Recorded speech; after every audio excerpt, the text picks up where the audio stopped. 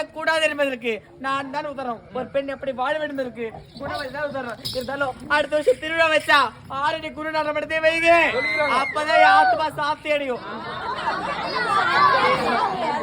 இருந்தாலும் டேய் டாபரே தேவடியா என்ன கவனிக்கிற சொன்னல தாய் பொண்ணே நம்பாரு விட்டு பாரு அடி. சரி இருடா என்ன ஒரு பண்ணு யார போட்டீங்க வா.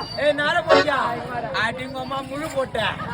சரி அம்மா பொம்பளைடா வாடா. நீ பொம்பளை சரி வாடா. பத்திரி வசம் போடாதீ. சரியா இருந்தாலும் ஆமா. ஓ தொட சொல்லலாம் எங்க தங்கச்சி தொற மாதிரி இருக்குது. ஐயோ நான் அந்த மாதிரி ஆள் இல்ல போ.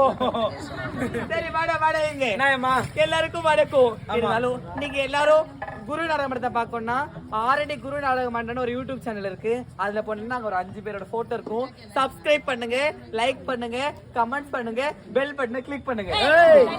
எங்கடி கை வைக்கிற? சரி இருந்தாலும் அதுக்கு முன்னாடி நாங்க ஒரு யூடியூப் சேனல் வச்சிருந்தோம். அது வந்து சில எதிரிகளால வந்து அந்த யூடியூப் சேனல் பேன் பண்ணிட்டாங்க. நாங்க இப்ப புதுசா ஆரணி குரு நாடக மன்றம்னு ஒரு யூடியூப் சேனல் வச்சிருக்கோம். சரியா அதுல எல்லாரும் நீங்க வந்து யார் யார் வந்து கமெண்ட் பண்ணிக்கலாம் நான் ரெட் கலர் ஹார்ட் வந்து நான் கிளிக் பண்றேன். ஓகே சப்ஸ்கிரைப் பண்ணுங்க, லைக் பண்ணுங்க. ஆரணி குரு நாடக மன்றம் என்ற யூடியூப் சேனல் லைக் பண்ணுங்க, கமெண்ட் பண்ணுங்க, ஷேர் பண்ணுங்க, மறக்காம பெல் பண்ணுங்க.